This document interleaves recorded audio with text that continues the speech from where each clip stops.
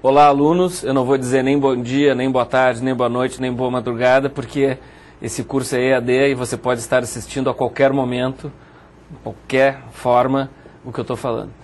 Meu nome é Dado Schneider, eu sou graduado em Comunicação e pós-graduado em Marketing pela Universidade Federal do Rio Grande do Sul. Eu sou mestre e doutor em Comunicação pela PUC do Rio Grande do Sul. Eu tenho 26 anos como professor universitário. Eu dei aula no Rio Grande do Sul, na Bahia, em São Paulo, em Portugal. Eu atualmente sou professor do MBA da ESPM de Porto Alegre. Eu tenho 34 anos como profissional na área de marketing e comunicação. Fiz algumas coisas bacanas já. E eu hoje vim dar uma aula aberta para vocês. Eu vou falar de tudo um pouco. E eu vou falar basicamente do que significa ser profissional no século XXI. Então eu espero que você goste da minha aula, porque ela não é uma aula motivacional. Eu vou chegar mais perto de você para o seguinte. É difícil falar com uma pessoa que está lá do outro lado e eu não estou vendo o retorno, não estou vendo o seu olho, a sua reação. E eu vou já lhe antecipar. Eu não vou lhe motivar, tá? Eu provavelmente vou lhe desmotivar. E nas aulas a gente pode fazer algum recurso, alguma coisa, para as pessoas darem as mãos e gritar, eu posso. Aqui eu não posso fazer isso.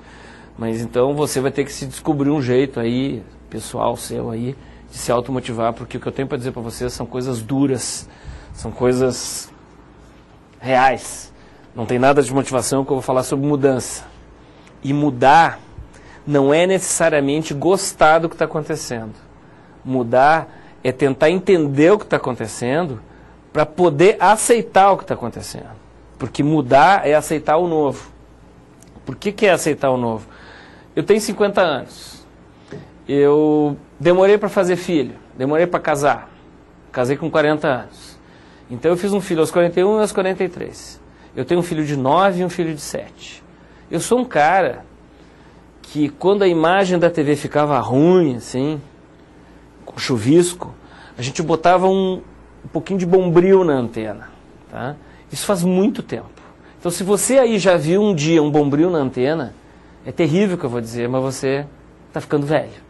Então, nós somos de uma época em que os carros eram horríveis, a gente tinha que esquentar o leite na caneca, lá no fogão, e hoje tem micro-ondas. Se você um dia teve que esquentar um leite numa caneca, você é velho. Você já deve estar deprimidinho aí, né? Eu não posso ir aí tentar motivar você. Mas assim, nós somos de outra galáxia comparado com esse pessoal que está nascendo neste século. Eu olho para os meus filhos e vejo assim, eles são feitos de outro material. Eles devem ter sido abduzidos antes de vir para cá. Porque eles batem em outra frequência. Eles são de outra vibe de vibration. Eu fico olhando a capacidade de processar 1000 coisas ao mesmo tempo que eles têm, e eu vejo que eu não tenho.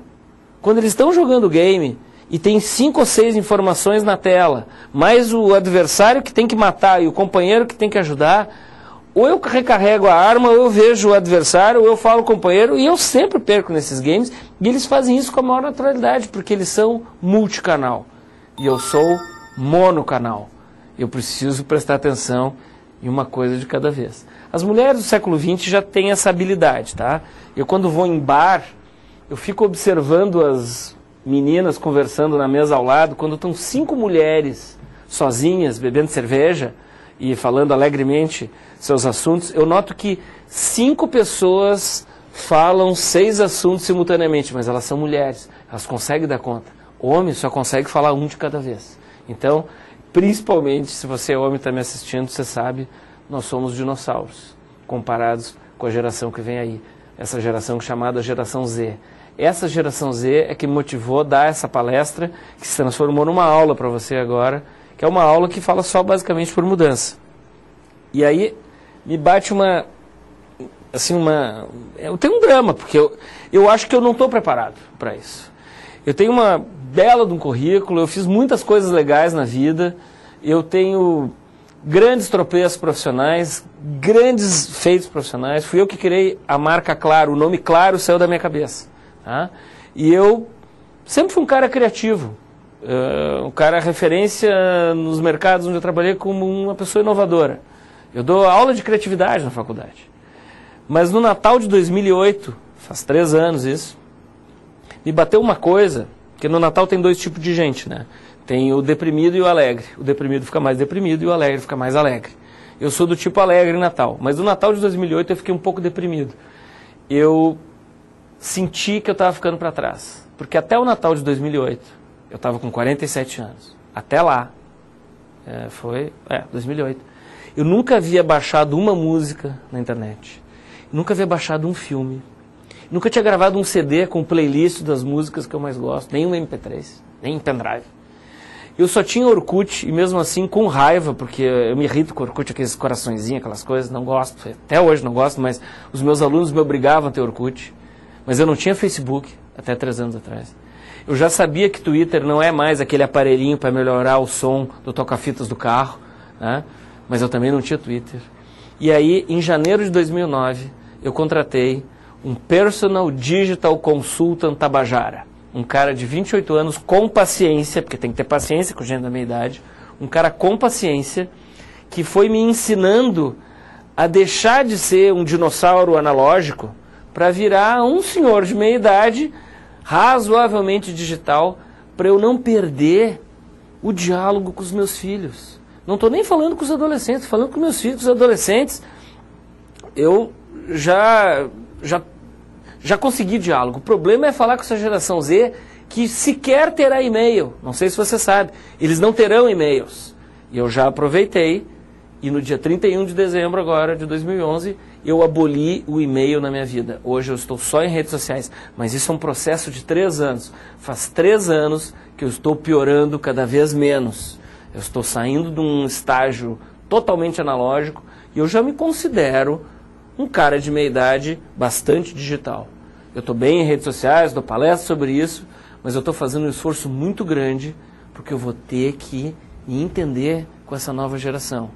Porque essa geração, ao contrário da nossa, e deixa eu fazer um parênteses, quando a gente fala de geração X, geração Y, hoje a gente ainda tem diferenças. Claro, o cara da geração X, ou até Baby Boomer, que é o meu caso, ele não tem a paciência com o cara da geração Y, porque ele acha que o cara da geração Y tem que se comportar como ele, mas ele não vai se comportar como ele. Eu, por exemplo, aos 20 anos eu virei adulto. Acabou minha fase teenager. Teenager vai de 13, que é 13, a 19, que é 19. Não é mais assim. Era assim no meu tempo. Aos 20 anos eu tive que virar adulto. Hoje, uma pessoa de 30 anos ainda está terminando sua adolescência. Ainda está período adolescente. Por quê? Porque quando eu tinha 20 anos, lá em 1981, o período de adolescência de uma vida era uma parte da vida. Só que a expectativa média de vida lá era 60 e poucos. Hoje, passados 30 anos, a expectativa média de vida de uma pessoa de classe média, os nossos velhos estão morrendo em média depois dos 80. Então o percentual de adolescência de uma vida hoje continua o mesmo, só que como a vida está maior, a adolescência está indo até 30, 32, 33 anos. E eu fico olhando para os meus filhos, que já nasceram numa outra época, sabendo que eu vou morrer aos 100 e eles talvez morram aos 110, e eu estou vendo que daqui 20, 25, 30 anos, a adolescência vai continuar o mesmo período de uma vida, percentualmente falando. Mas se a vida for até os 100, a adolescência dos meus filhos vai terminar lá pelos 40. Então, se você tem filho pequeno, fique sabendo que se um dia essa geração Z vier a sair da casa dos pais, ela só fará isso após os 40 anos de idade. E quem vai bancar isso é você. E eu falo isso todos os dias para mim. Eu tenho que me reciclar e eu tenho que ficar preparado. Por quê? Porque eu vou ter que sustentar os meus filhos até minha morte. Porque eu peguei uma calculadora e calculei os 33 anos que faltam para o meu de 7 fazer 40, e somei nos meus 50 e deu 83. Eu não tenho perspectiva de parar de trabalhar. E aí eu fiquei me lembrando do meu avô, que trabalhou 35 anos, se aposentou. Meu pai, que trabalhou 40 anos, se aposentou, está vivo até hoje, está vivendo uma boa. E eu comecei aos 17 e não tenho perspectiva de me aposentar, porque eu vou sustentar os meus filhos, acho que até a morte deles. Porque eu vou sustentar eles até eles saírem de casa aos 40, daí eles vão casar, vão fazer filhos, vão se separar, porque os relacionamentos estão cada vez mais efêmeros, e aí com filhos, sabe o que eles vão fazer? Eles vão voltar lá para casa. E eu vou continuar sustentando eles. Então eu digo para os meus amigos que eu vou trabalhar até a morte deles. Eu vou sustentar eles até a morte deles. Isso não é piada. Isso é só para reflexão. Por quê? Porque se você já viu aquele filme Matrix, tem uma hora que a pessoa troca de plano de existência. Ela faz Tibloft. Ela troca de plano de existência. E a sensação que me dá, eu que sou do século XX, e eu que tive a minha formação, família, escola, grupo de referência no século XX, eu fico me lembrando que tudo que eu aprendi, olhando para o que eu tenho que lidar no século XXI, a sensação que me dá é que eu não estou preparado, que eu vou ter que fazer um Tibloft pessoal. Isso passa por entender de novas tecnologias, de participar de redes sociais, mas isso também passa por uma reciclagem de cabeça completa. Porque eu me lembro que no século XX, eu bati continência para pais, professores e chefes. A autoridade deles estava constituída, eu olhava de baixo para cima. E a sensação que eu tenho hoje é que eles não me olham de baixo para cima, os meus alunos, os meus filhos, os meus subordinados. Eles me olham assim. Então eu, que lá no século XX tive que me adaptar a pais, chefes e professores, eu hoje vejo, Tibloft, no século XXI, que eu tenho que me adaptar hoje aos meus alunos, aos meus filhos, aos meus subordinados. Então, se tem uma coisa que eu estou fazendo desde que eu nasci é me adaptar.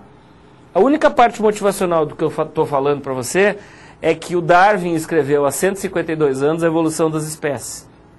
E ele dizia lá, mais ou menos assim, não é o maior, nem o mais forte, nem o mais rápido que vai sobreviver, e sim aquele que melhor se adaptar. Como eu venho me adaptando desde que eu nasci, eu acho que se eu souber pegar tudo que eu aprendi no século XX e fizer Tibloft, souber fazer Tibloft, eu vou ser um profissional talvez até mais completo, porque eu sou da época que no século XX a gente aprendia A, S, D, F, G, espaço. A, S, D, F, G, espaço.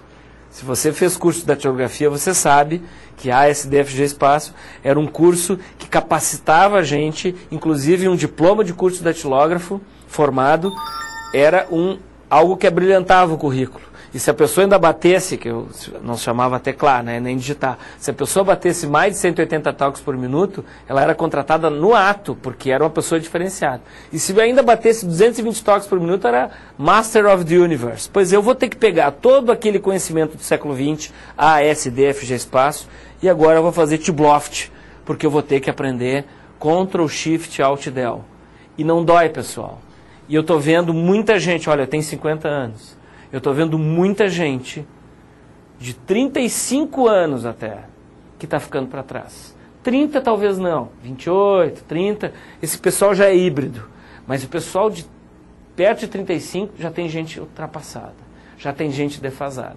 Então, aqui vai uma dica, faz 3 anos que eu faço um esforço danado para não ficar para trás. E esse slide do eu estou preparado é justamente o que me bate quando eu olho para esse pessoal na nova geração que não lê manual de nada. Eles não leem regras. Eles parecem que estão escrevendo as próprias regras. E parece não. Nós vamos viver no mundo deles. Então a sensação que eu tenho é que foi bem em cima de mim. Eu tive que me adaptar ao mundo dos mais velhos e agora eu vou ter que me adaptar ao mundo dos mais novos. E isso não é ruim. Isso tira o mofo daqui de dentro. Eu tenho um belo currículo, tá? Mas ele é do século XX. Olha só, super bacana. Foto de capa da Exame, né? Foto de pessoa bem-sucedida, tem os lugares que eu trabalhei, empresas que eu atendo. Bacana o currículo. Mas é um currículo do século XX. E eu vou ter que fazer o meu Tibloft pessoal, e eu costumo dizer que eu estou vivendo um período chamado de digiriatria. Digi de digital, geriatria de velho. Eu tenho que ser um velho digital. E você aí que tem menos de 30 anos, você está agora pensando, esse cara é parecido com meu pai. Não sou, não. Eu tenho 12 mil e poucos seguidores no Twitter, eu já explodi os meus 5 mil amigos do Facebook, tenho mais de 1.000 seguidores, e estou em tudo que é Formspring, Foursquare, Instagram, Tumblr, eu estou em todas. Por quê? Porque eu tenho que mudar a plataforma de relacionamento com as novas gerações. Quem vai ter que se adaptar sou eu. Não tem esse papo de e-mail não é para mim. Não, e-mail agora já não é mais para mim, mas é que eu posso. Eu sou professor e palestrante, eu tenho uma pequena empresa, eu posso me dar o luxo de não ter mais e-mail, mas eu estou fazendo isso de forma educativa, que obviamente eu estou usando em aulas e palestras, para mostrar que eu já estou noutra onda, eu já não tenho mais e-mail. E tem gente da minha idade que tem dificuldade de lidar com o e-mail. Então, essa minha apresentação, século XXI, não é aquela apresentação velha lá, cheio de coisas bacanas que eu fiz, que eu digo, ó, eu tenho que estudar bastante, e eu tenho que me reciclar bastante, porque eu vou ter que sustentar aqueles meus 2 gurizinhos lá até a morte deles. Eu tenho que acordar mais cedo, dormir mais tarde que a média, eu tenho que trabalhar muito, mas principalmente eu tenho que ser curioso. Porque num passado não muito distante, a pessoa que estudava bastante e trabalhava bastante, ela era um profissional diferenciado. De Bluft. Hoje, no século XXI, se você trabalha bastante, estuda bastante, você não está fazendo nada mais, nada menos do que a sua obrigação. Na minha visão, o que diferencia os profissionais hoje, claro, aqueles que trabalham e estudam bastante, é a capacidade da pessoa ser curiosa, ser fuçadora, ser furungadora, ter interesse por qualquer coisa que passe pela frente, de ir além, de conhecer um pouco mais. Porque isso é diferenciador no mercado, sim. E hoje nós temos armas. Eu me lembro que para ir mais fundo num assunto eu tinha que ir na biblioteca pública. Ou eu tinha que ir numa redação de jornal, pedir pelo amor de Deus para ver um arquivo de um jornal antigo. Ou eu tinha um pai de um amigo meu que era piloto da Varig, que fazia viagem internacional e trazia o New York Times aos domingos. E aí eu via um mundo maravilhoso da modernidade. Hoje, o Dr. Google está aí para nos ajudar em qualquer coisa. Então, pelo amor de Deus, a pessoa que hoje não for curiosa, só matando. Porque nós estamos vivendo uma época de mudanças. Eu costumo exemplificar mostrando a seguinte situação. Aqui, ó, no século XX, quando eu era criança, o melhor bife na mesa ficava com os adultos. De Bluft. Aqui no século XXI, agora que eu sou adulto e tenho filhos pequenos, o melhor bife na mesa fica com as crianças. Ou seja, eu nunca comi o melhor bife. Eu comi asinha de frango a vida toda. Então, eu sinto que eu dei azar. Foi bem na minha geração. Mas eu vou ter que me adaptar. Eu não vou poder dizer que bom que era no meu tempo. Eu tenho amigos que dizem isso. Vou em casamento sempre toca aqueles flashback, e quando toca lá os Bee Gees, algum amigo sempre diz assim, ó, música do nosso tempo. Que música do nosso tempo? Coisa nenhuma. Isso é música do nosso passado. E eu adoro os Bee Gees, porque eu pedi muitas namoradas em namoro nessa época. Poucas aceitaram, mas eu pedi. Os Bee Gees são música do meu passado. Música do meu tempo é Lady Gaga, Katy Perry, é Jay-Z. É aqui, ó, eu tô ligado. Por quê? Porque eu vou ter que acompanhar os meus filhos. E eu não posso ser taxado de velho ultrapassado. E antes, a gente demorava 20 anos para dizer isso de uma pessoa. Hoje, muito cuidado, hein? Daqui 5 anos, se você não está entendendo o que está rolando, você está fora do mercado. Se você não está ligado em termos de games, em termos de redes sociais, em termos de plataformas, você pode não ter nem dinheiro para mexer nisso, mas tem que saber do que é. Hoje tem o Dr. Google, o Dr. YouTube aí para nos ensinar qualquer coisa. Muita atenção, porque está aumentando a velocidade da mudança e a gente não está preparado para isso. E existe hoje também um mercado cada vez mais competitivo, em qualquer setor, qualquer ramo de atividade hoje, tem mais gente competindo do que antes. E tem mais gente preparada. E está aumentando a mudança, está aumentando a velocidade da mudança, e está aumentando a aceleração da velocidade da mudança num nível que a gente não vai dar conta. Então, não conseguiremos dar conta de tantas mudanças. Ficou impossível de acompanhá-las. Eu morei 5 anos na Bahia. E eu era um gaúcho assim, bastante estressadinho. E eu relaxei na Bahia. Eu aprendi a viver. E eu aprendi uma coisa com os baianos, que isso não é piada, isso é sério, mudou o meu jeito de olhar o mundo, olhar a vida. Que os baianos dizem, se um problema tem solução, relaxe. Agora, se um problema não tem solução, relaxe também. Esse problema que vocês estão vendo aí, esse slide que diz que aumentou a velocidade da mudança, aumentou a aceleração da velocidade da mudança, fique tranquilo. Nós, da geração X, Y e Baby Boomers, não vamos conseguir acompanhar a geração Z. Então, relaxe. O que só você não pode fazer é ficar com os 2 pés pregados no século XX. Nós todos vamos ter que fazer um esforço muito grande para fazer Tibloft, porque nós vamos viver num mundo que está sendo escrito, reescrito, reformatado pela geração Z. Na velocidade deles, com esse lado multifacetado que eles têm, multicanal, e quem vai ter que se adaptar somos nós. Nós que nos adaptamos aos nossos velhos, pais, chefes e professores, agora vamos nos adaptar à nova geração. Tem um paradoxo. Esse computador aqui, que está comandando essa apresentação, se ele estragar e eu tiver de um lado um doutor em TI, 50 anos, assim, cara que fez COBOL, Fortran, aquelas linguagens lá de cartão perfurado, se tiver um doutor em TI e uma recém-formada ou um recém-formado em TI, né, em tecnologia da informação, quem que a gente ia preferir para consertar esse notebook? Óbvio que todo mundo ia olhar mais para o mais jovem, por mais que fosse uma sumidade aqui esse senhor de 50 anos. Por quê? Porque a sensação que a gente tem é que essa parafernália eletrônica aqui é para gente mais nova. A gente está sentindo isso cada vez mais. Se nenhum dos dois conseguisse consertar o computador e o filho desse senhor estivesse lá no fundo brincando de PSP ou de DS, se você não sabe o que é PSP e DS, consulte o Google. Agora, se no século XXI você não sabe consultar o Google, você tem problemas. Aí o menino vai estar lá, ó. E a gente vai chegar lá para o menino de 14 anos assim, você pode vir aqui nos ajudar? Ele vai chegar, ele não vai parar de jogar, ele vai continuar jogando seu gamezinho, ele vai mexer aqui, vai continuar jogando, vai fazer assim, e vai embora com o troço consertado. E aí eu vou ficar maravilhado, porque nem o senhor lá, o doutor em informática, nem a recém-formada, conseguiram consertar. E aquele fedelho de 14 anos conseguiu. Eu vou chegar lá pro cara e vou dizer, cara, como é que você conseguiu resolver esse problema? Ele vai dizer assim, que problema? É que ele nem sabe do que ele está falando. É que não é problema para eles mexer em tecnologia. Então o paradoxo que eu costumo falar é que nunca, na nossa história da humanidade, teve uma geração mais nova ensinando uma geração mais velha.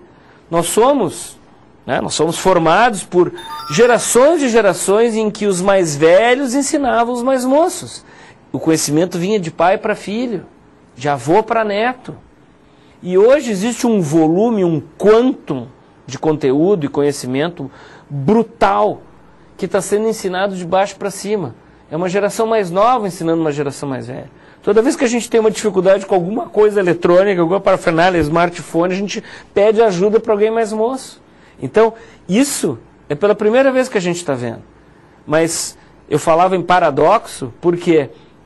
Porque se ao mesmo tempo tem uma geração mais nova ensinando, nunca gente velha pôde continuar trabalhando. Eu lembro os velhos da minha família, eles foram sendo aposentados pelo tempo. E empresas, depois eles passam para presidente do conselho.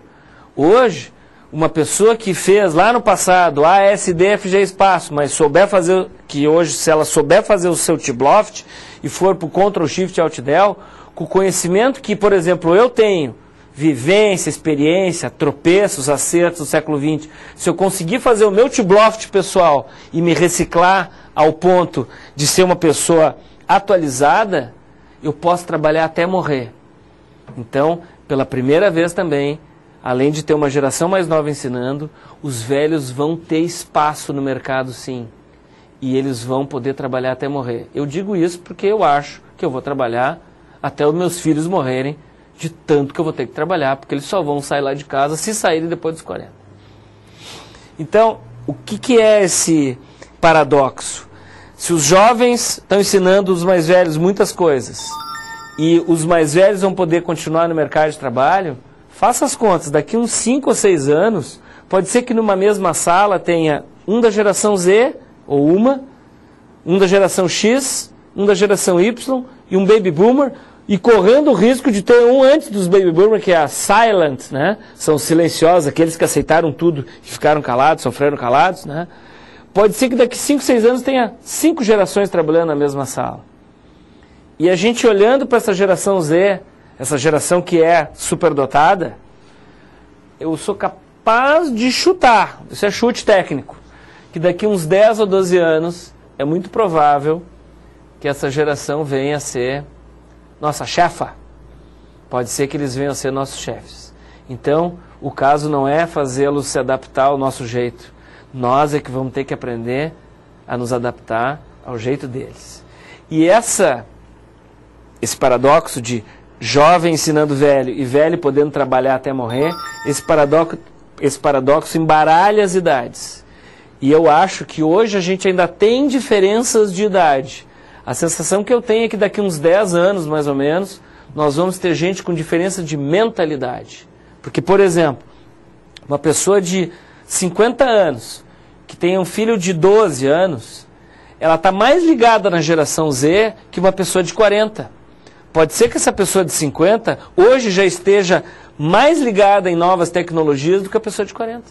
Então, eu não sei se idade vai ser o diferenciador logo ali. Agora, a mentalidade vai ser. Vão ser os atrasados que não fizeram este loft digital, de redes sociais, de games, de tudo que vier por aí, e os que fizeram e os que não fizeram. Essa eu acho que vai ser a separação. E nós estamos indo para uma época em que vai estar todo mundo muito igual. Menos olhar para cima de hierarquia e mais olhar para estar todo mundo junto.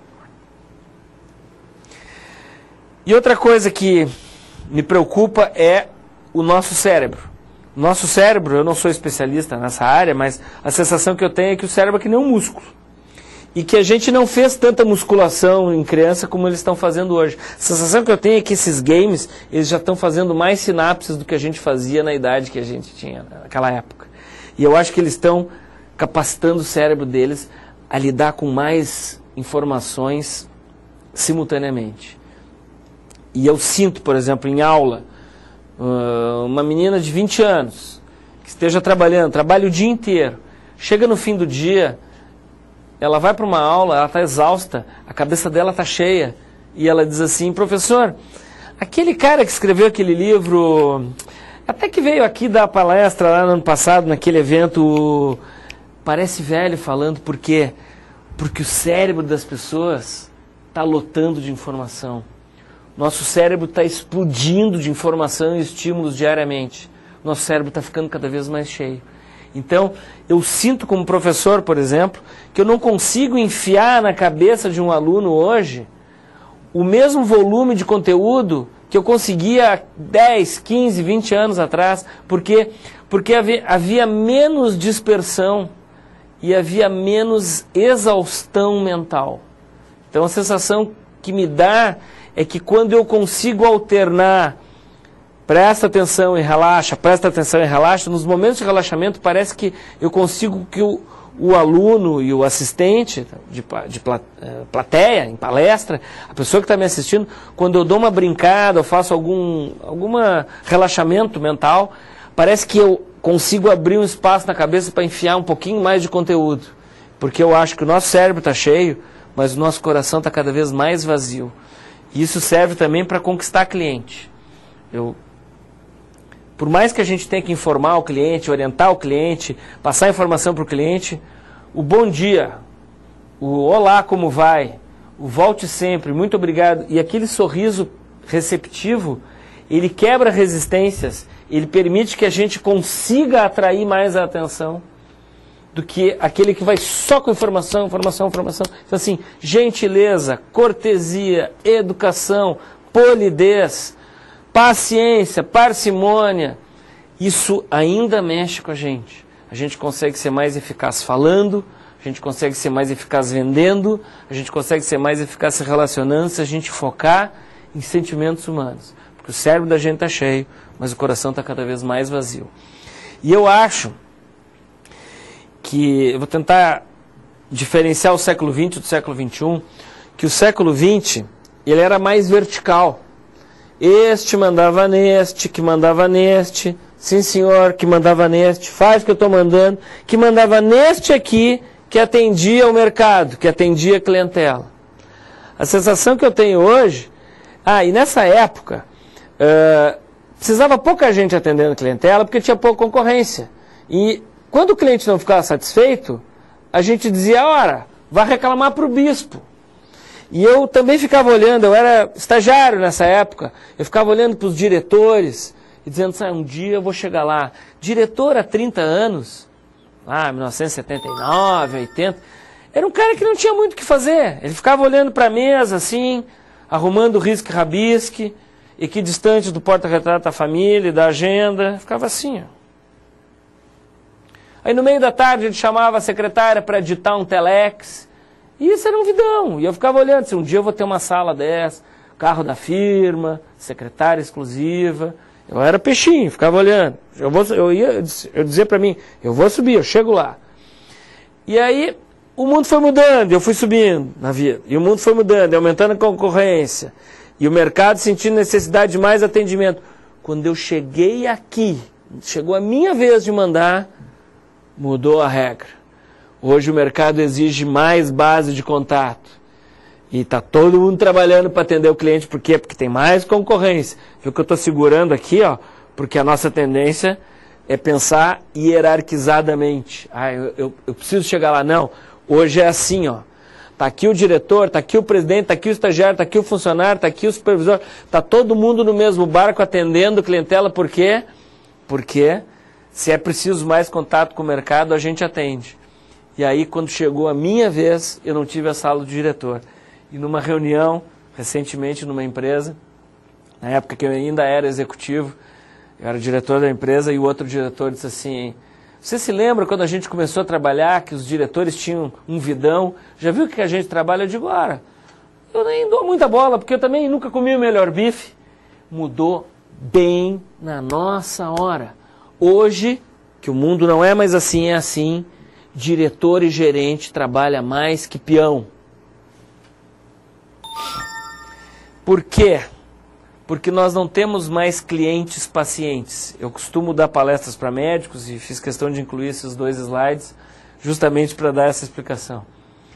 Eu falo para os médicos, hoje em dia, nem os médicos têm mais pacientes. Porque a sensação que me dá é que o médico é a última fronteira que ainda acha que quem gravita em torno de quem é quem paga pelo serviço. E não é. Mas os médicos, muitos ainda deixam a gente esperando muito tempo na sala de espera lá e não dão muito retorno para a gente porque esses acham os deuses do Olimpo. Mas eu costumo dizer para os médicos, nem os seus pacientes são pacientes mais hoje. Hoje, somos todos impacientes. Então, se o mercado exige, não dá mais para ficar com muitos degraus na hierarquia. Nós temos aqui todo mundo pegar junto, trabalhar para atender o mercado. E o mundo não é mais como era quando a gente era pequeno. Porque quando a gente era pequeno, o mundo era assim. Tinha lá, um círculo representava minha família, outros meus amigos, outro os amigos dos meus pais, os meus ex-colegas. Só que hoje o mundo é assim, ó. E eu faço questão de me colocar lá, porque eu estou lá tomando nota, eu estou lá observando, gastando sola de sapato. Eu estou vendo que o mundo está cada vez mais interligado. E esse interligado tem a ver com isso aqui também, ó. Está todo mundo no mesmo barco, na mesma categoria, na mesma faixa. O mundo está mais horizontalizado e as redes sociais estão explodindo isso. Estão, acho que, sacramentando essa horizontalização. Por exemplo, para falar com uma pessoa muito importante, se eu tentar pelas vias normais, pode ser que eu encontre 4, 5, 6 pessoas até chegar a ela. Mas pelo Twitter eu posso falar diretamente com ela, pelo Facebook. E ela pode falar comigo. Então, isso está mudando as relações completamente. E tem muita gente da minha idade, um pouco mais moço, 35, 40 anos, pouco não, estou com 50, não, bem mais moço, que não está se dando conta. Mas a nova geração está se dando conta disso. Que a gente não precisa mais olhar para cima para falar com ninguém. A gente tem que olhar para o lado. E isso vai mudar completamente o trabalhar daqui 5, 6, 7 anos. Imagina quando toda essa geração Z entrar no mercado de trabalho, como é que eles vão lidar com a gente? Eles não vão ficar com medo quando o presidente entrar na sala, como todas as nossas gerações, da minha para trás, entrava o homem, ó, chegou o homem, fica quieto. O presidente, o porteiro, todos têm o mesmo valor, porque está todo mundo na mesma faixa. Então a gente vai ter que se adaptar, porque a gente teve esse temor de olhar para a hierarquia e eles não têm mais isso. Então eu fico assim, ó, fico pensando, talvez você aí pode até estar gostando da aula, mas amanhã de manhã, talvez no café da manhã, você esteja assim, pensando, e alguém esteja falando com você e você lá, nem respondendo lá, e a pessoa insistindo em falar e você pensando. E aí a pessoa vai dizer, fulano, o que você tem? E você, hã? Fulano, o que você tem, fulano? Hã? O que você tem, fulano? Tô falando com você. Sei lá, eu vi um vídeo de um careca ontem lá, o cara tava falando umas coisas, Tibloft, que a geração Z vai ser meu chefe. Pessoal, nós não estamos preparados para isso. E nós vamos ter que nos preparar rapidamente.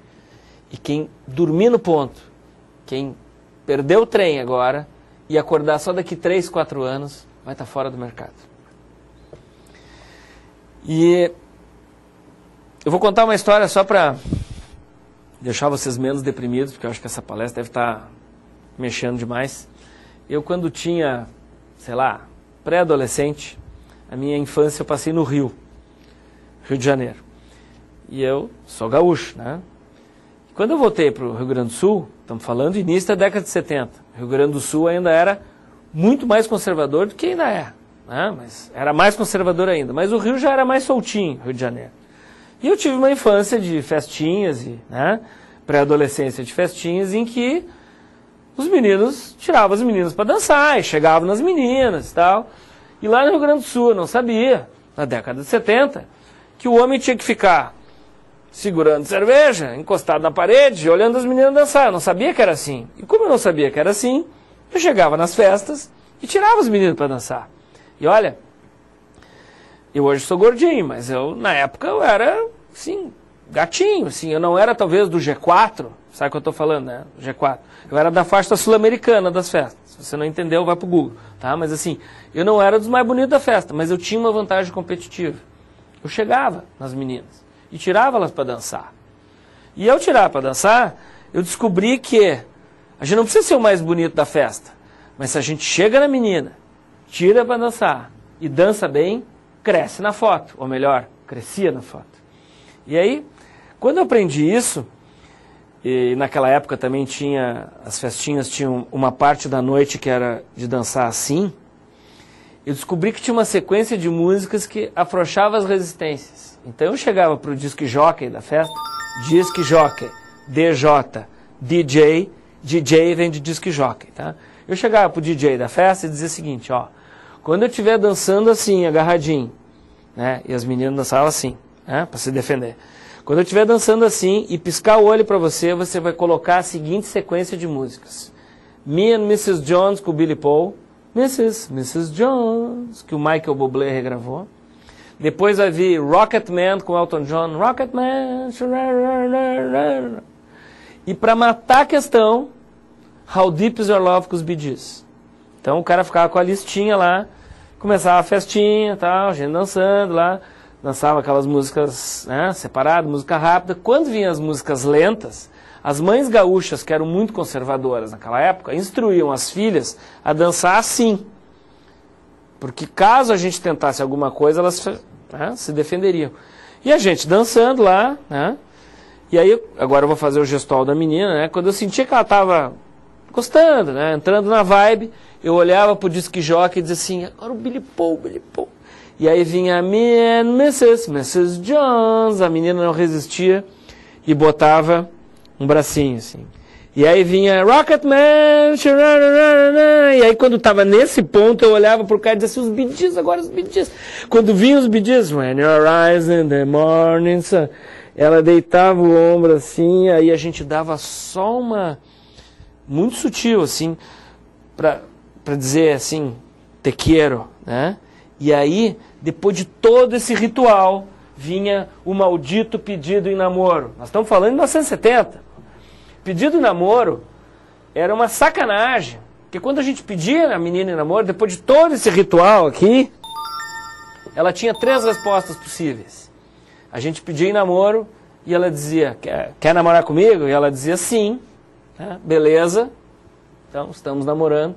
A gente pedia em namoro, quer namorar comigo? Ela dizia não. Então, paciência, vamos à luta. Mas tinha uma terceira resposta, que quando a gente pedia a menina em namoro, ela dizia, quero um tempo para pensar. Quero um tempo para pensar era uma grande sacanagem. porque era um não travestido de talvez que inviabilizava a busca de novos mercados naquela noite.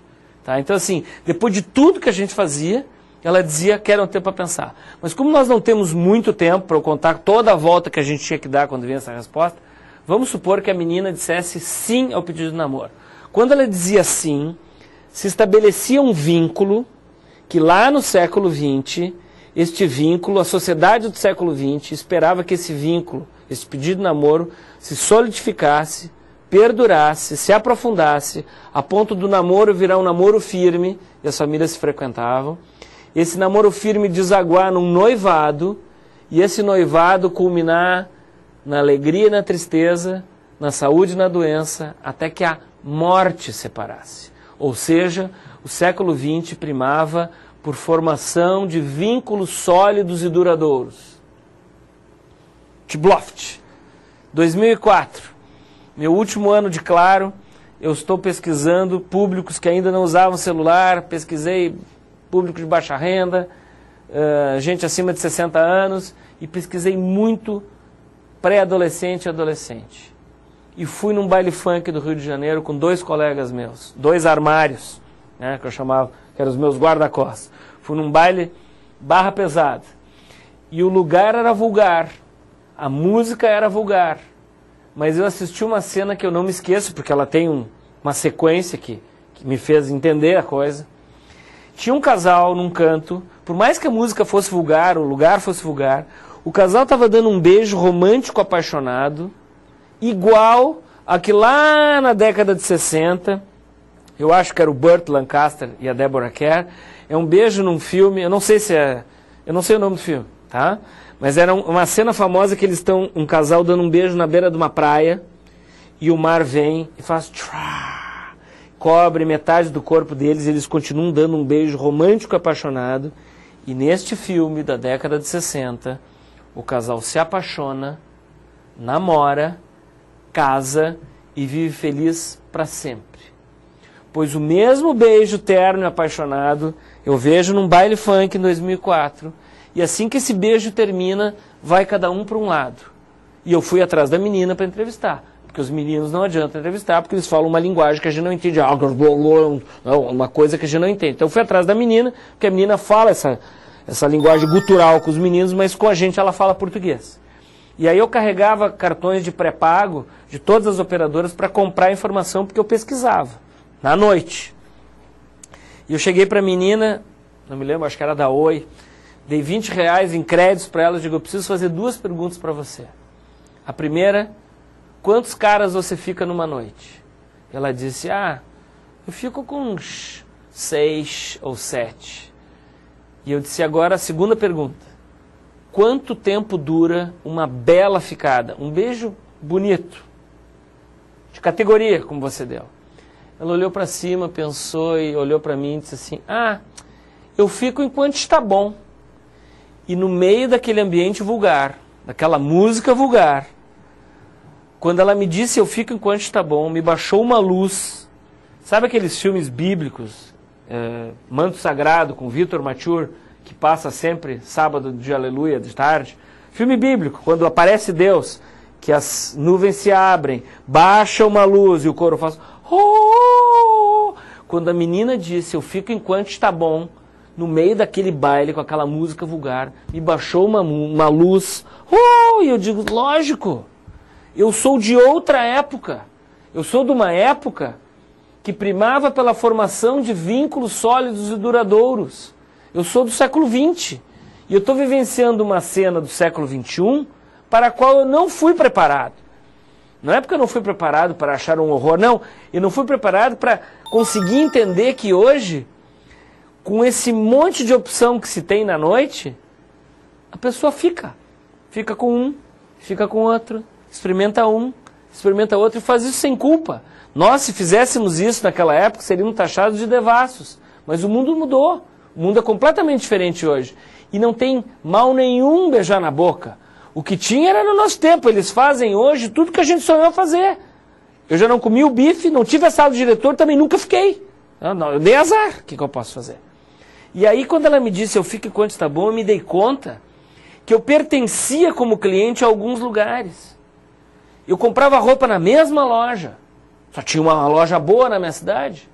A família almoçava sempre no mesmo restaurante. Estivesse duro ou molezinho o bife, era naquele restaurante que a gente tinha que comer. E eu me dei conta que eu tive o mesmo médico durante 25 anos. E a sensação que eu tenho é que a gente era cativo de quem nos vendia serviços e produtos. Eu pertencia à carteira cativa de clientes. De Bluft. Hoje em dia, os clientes têm muita opção, que no século XX não tinha. Hoje os clientes, em qualquer segmento, têm muita opção de escolha. E por mais opção de escolha, ao contrário do século XX, ainda por cima o século XXI nos manda mensagens completamente diferentes da mensagem básica do século XX, que era formação de vínculos sólidos e duradouros.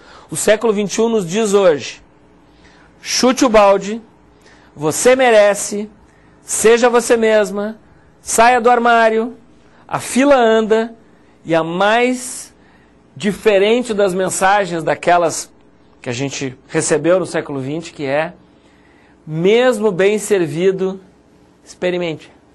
Experimente. Tem tanta opção, não dá nada, pode experimentar.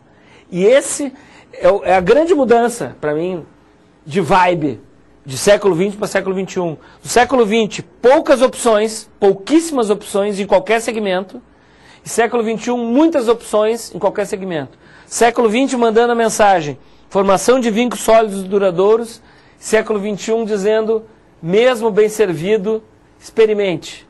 Não dá nada, tem tanta opção. E aí eu me lembrei da época lá dos anos 70, batia um pânico lá no sul, lá em Porto Alegre, onde eu morava, fazia muito frio. E se a gente não arranjasse uma namorada até a Páscoa, menina legal, só em outubro. Então a gente dava em cima de umas 3 ou 4, para ver se rolava um namorinho, para a gente passar o inverno numa boa. E dava em cima de uma, dava em cima de outra e não pintava nada. Aí quando alguma menina aceitava namorar a gente, as outras começavam a ligar. E a gente dizia, pô, por que vocês não se organizam?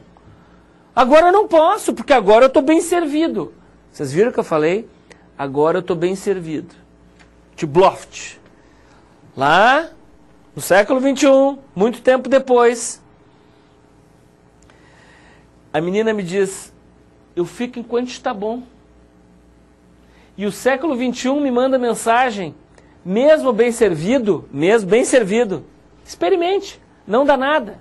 Ou seja, é completamente diferente daquilo que eu fui formatado. A minha formação básica, a minha educação, família, escola, grupo de referência.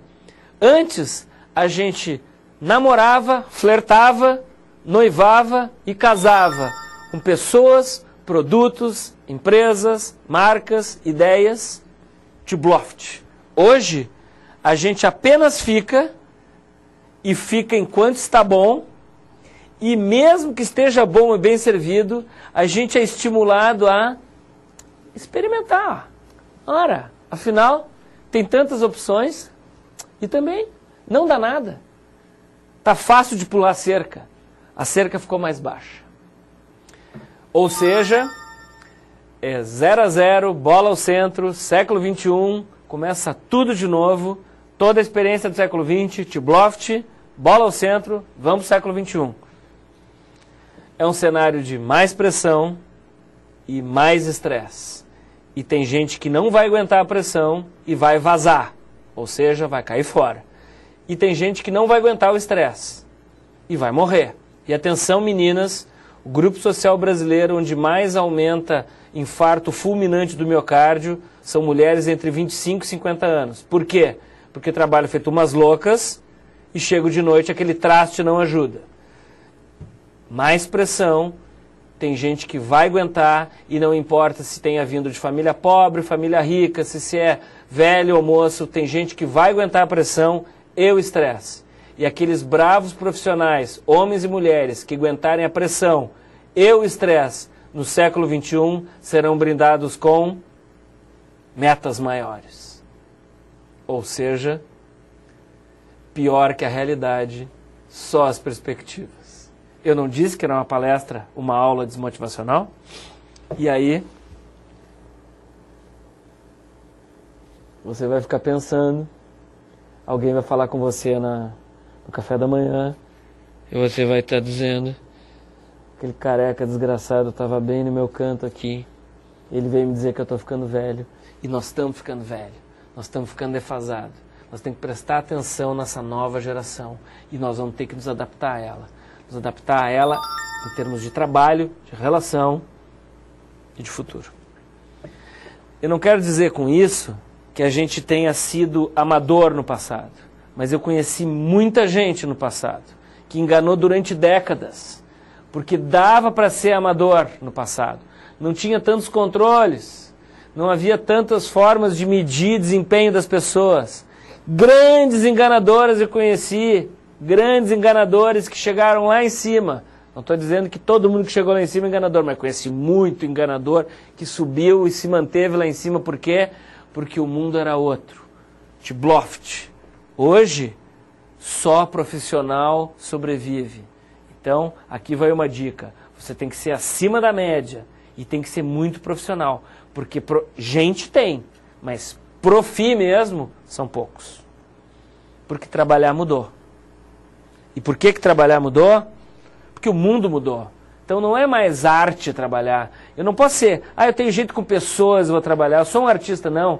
Trabalhar hoje é técnica, é conhecimento, é reciclagem, é permanentemente estar se atualizando, é fazer vários Tiblofts, não um só na vida. E trabalhar exige atualização, dedicação e estudo. Então bote na cabeça, se você não gosta de estudar, você está perdido, cara. Mas quem está fazendo EAD gosta de estudar, né? Então, meio caminho andado você tem. Você tem que ser assim, muito profissional. Porque os clientes mudaram, o mercado mudou, o mercado de qualquer profissão é muito mais exigente.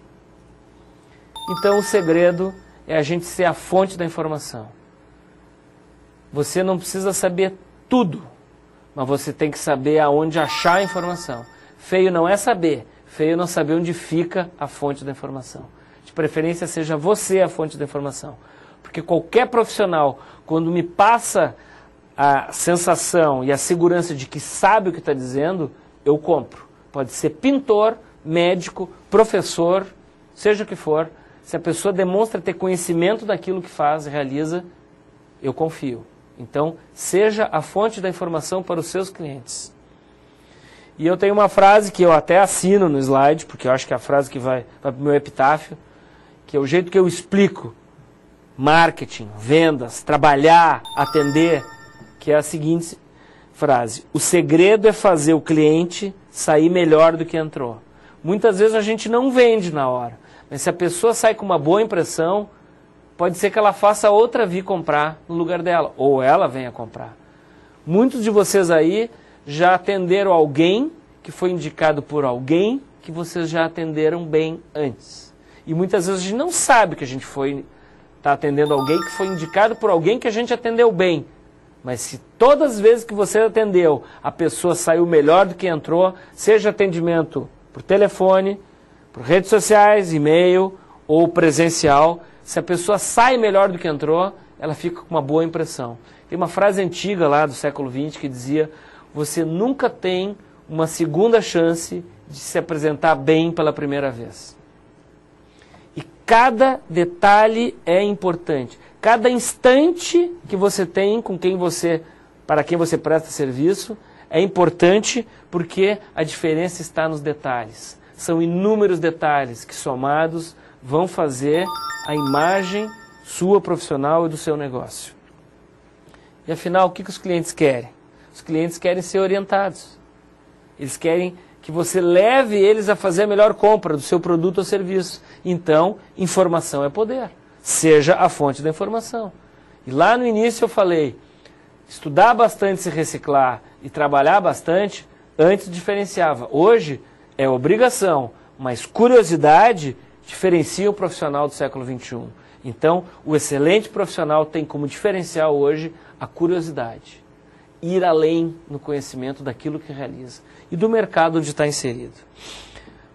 Para a geração mais nova, aquela que tem velcro aqui no bumbum, no traseiro, que trabalha sempre assim, ó, que no fim do expediente faz clac. A geração mais nova não tem o hábito de gastar sola de sapato por aí. Então a minha dica para a geração Y é: gaste sola de sapato. Não vá só para a internet para ver o que está acontecendo no mundo.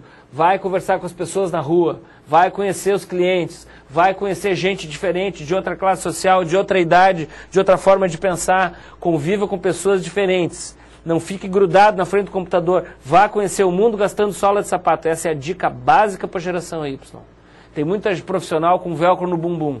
Em compensação, para a geração X, baby boomers, pessoal da minha faixa, aprenda a mexer com a internet, a fazer pesquisa com o mouse. Esse termo foi eu que criei. Gaste sola de mouse. Por quê? Porque a gente tem que entender o que o mercado deseja. O mercado onde a gente está inserido, para prestar serviço ou vender produto. E isso é um compromisso, essa palavra compromisso que eu estou mostrando aí, é um compromisso do Tibloft. Não adianta nada eu fazer Tibloft e todos os meus colegas do meu trabalho não fazer. Não adianta nada eu fazer Tibloft e a minha esposa não fazer. Já existe hoje casais em que tem um internético e uma dona de casa do período Neandertal, ou uma dona de casa internauta e um ser Cro-Magnon. Cuidado, hein? Isso é motivo de separação hoje. 30% já das separações estão baseadas em redes sociais no Brasil, tá? E separação de sócios também. Não adianta um sócio ser moderninho e outro ser antiquado. Esse Tibloft tem que ser feito em bloco. Nós todos temos que viver o mundo do século XXI, o mundo da geração Z, o mundo digital, o mundo das redes sociais. Todo mundo vai ter que aprender a jogar game. Por quê? Porque eu vou dar aula de game. Eu não sei se eu vou conseguir dar uma aula como eu estou dando agora daqui a 5 anos. Talvez esse pessoal só preste atenção em mim se eu entrar no game. Então, aquele meu avatar, que não é um bonequinho, esse meu avatar aqui, vai para game. Óbvio. Eu vou dar aula no formato que eles quiserem, não no que eu quiser. Então, nós estamos vivendo uma nova economia, temos novas empresas e instituições. Sabe quem é esse novo profissional que está grifado aí? É você mesmo. É você com todo o seu conhecimento do século XX, A, S, D, F, G, espaço, Tibloft, agora agregando todo esse novo conhecimento do século XXI, que pode ser ensinado pela geração mais moça, Ctrl, Shift, Alt, Del. A gente tem que ser esse profissional completo. Então a gente tem que ter novos hábitos. A gente tem que aprender a viver o mundo dos mais jovens, o mundo da nova geração. A gente tem que aprender a mexer no que eles mexem. A gente tem que aprender a ouvir o que eles ouvem. E eu, graças a Deus, gosto de Lady Gaga, Katy Perry, Jay-Z e todos os rappers. Não é porque os meus filhos gostam. Eles gostam porque eu gosto. Porque eu tenho que gostar das músicas do meu tempo. O meu tempo é agora. E essa mudança que eu estou falando para vocês, esse Tibloft, o slide até está errado. A mudança não vai acontecer, ela está acontecendo. E pode apostar, ela vai acontecer com a ajuda de ou apesar de. Eu espero que você faça parte do primeiro grupo.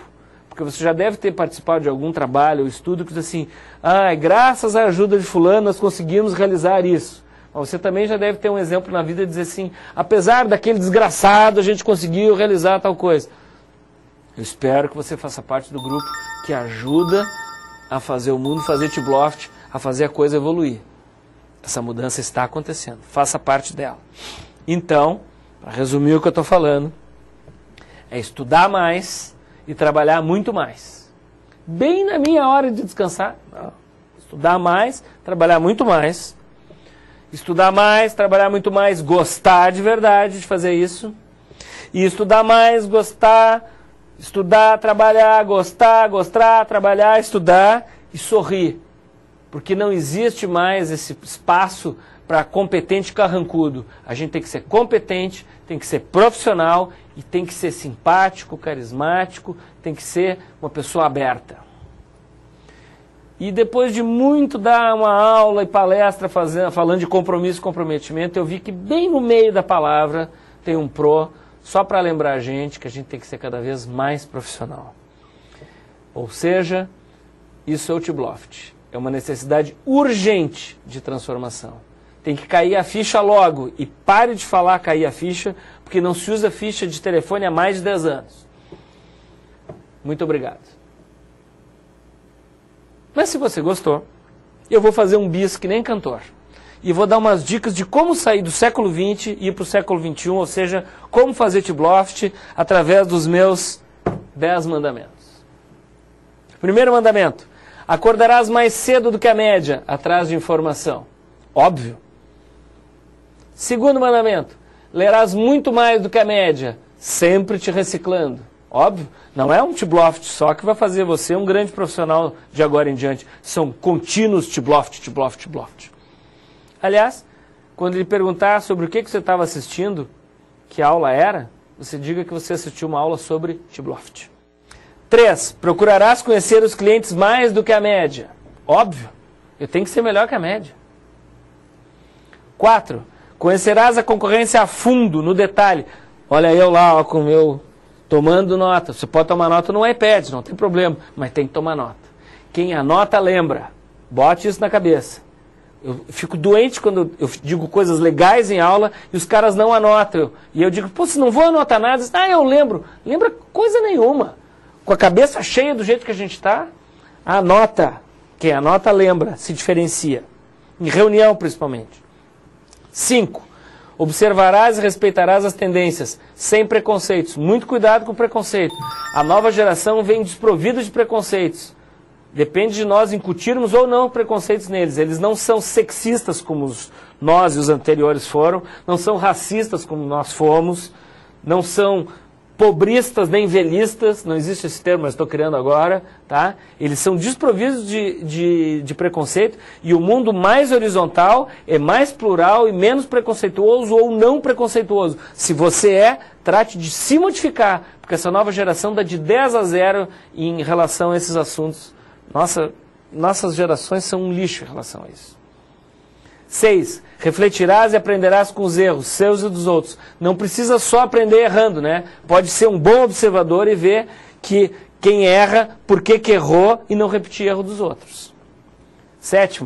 Orientarás, informarás e motivarás tua equipe sempre. Muito cuidado. Eu não estou falando só para quem comanda a equipe, eu estou falando para colegas. Se nós estamos no mesmo nível, todos, e eu vejo que o meu colega não está trabalhando legal, com todo jeitinho eu vou chegar lá para o meu ou para a minha colega e dizer, olha colega, o que você acha de você fazer assim, assim, assado?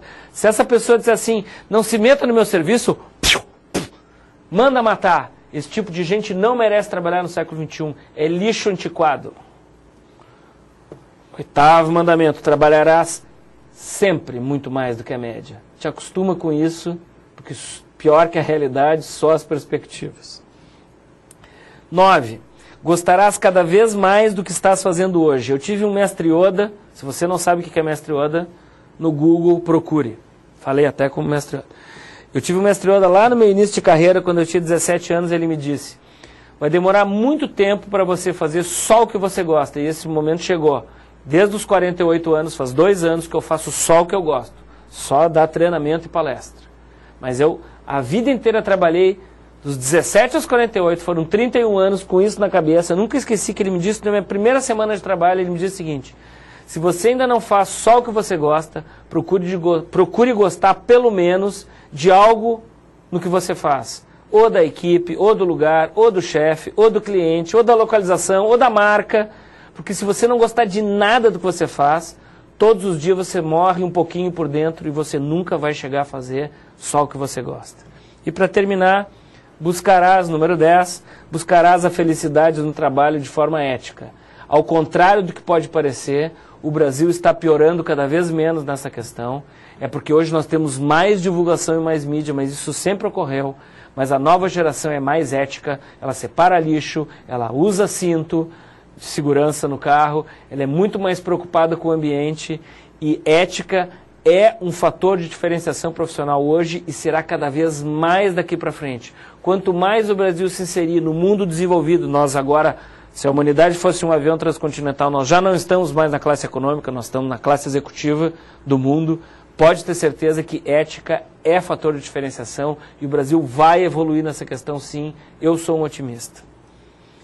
E aí, para terminar, tudo isso que eu falei são os 12 trabalhos de Hércules. Não, são muito mais que os 12 trabalhos de Hércules. Se você não conhece essa história, procure no Google, é muito interessante. O Hércules destrói templo, mata o Minotauro. Ora, eu faria isso com o pé nas costas. Eu queria ver o Hércules hoje, tendo que fazer tudo que eu faço. Duvido que ele desse conta. Eu faria os 12 trabalhos de Hércules frouxo, porque era muito fácil trabalhar no passado. Hoje, ser profissional, com esse monte de informação, estímulos e demandas que a gente tem que ser muito avião e muito profissional. Então, siga em frente, faça o seu T-Block, pessoal, trabalhe bastante e faça isso com gosto e com um sorriso nos lábios. Muito obrigado, foi um grande prazer.